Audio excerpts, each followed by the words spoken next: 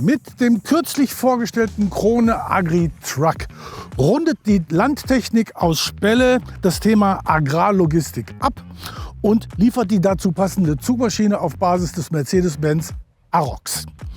Um dieses Fahrzeug aber besser verstehen zu können, braucht es zunächst einige Informationen zum Thema Nebenabtrieb in Nutzfahrzeugen. Boah, Harald, muss denn das jetzt sein? Jo, das muss sein, und außerdem ist das Thema ja nicht unspannend.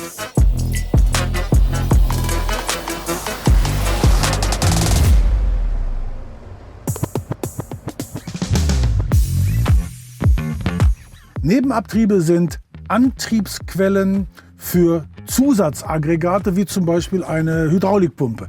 Denkt mal an den Kippzylinder eines Schwarzmüller Hinterkippers oder den hydraulischen Antrieb des Schubbodens von Knapen. So oder so Anwendungen, die im Stand betrieben werden mit zu- und abschaltbaren, getriebeseitig montierten Nebenabtrieb.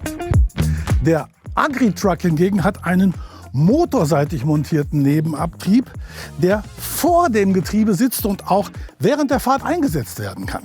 Aber warum das Ganze? Nun, weil der Truck genauso vielseitig eingesetzt werden soll wie ein Traktor selbst. Zum Beispiel mit einer optionalen Heckzapfwelle zum Betrieb einer Ballenpresse oder eines Miststreuers.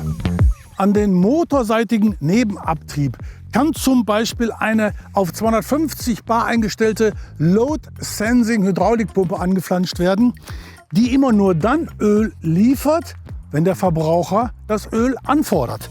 Wenn während der Fahrt kein Öl genutzt wird, kann die Pumpe sich schlafen legen. So muss der Motor immer nur dann mehr Leistung bringen, wenn sie auch benötigt wird. Stichwort Wirtschaftlichkeit respektive CO2-Fußabdruck.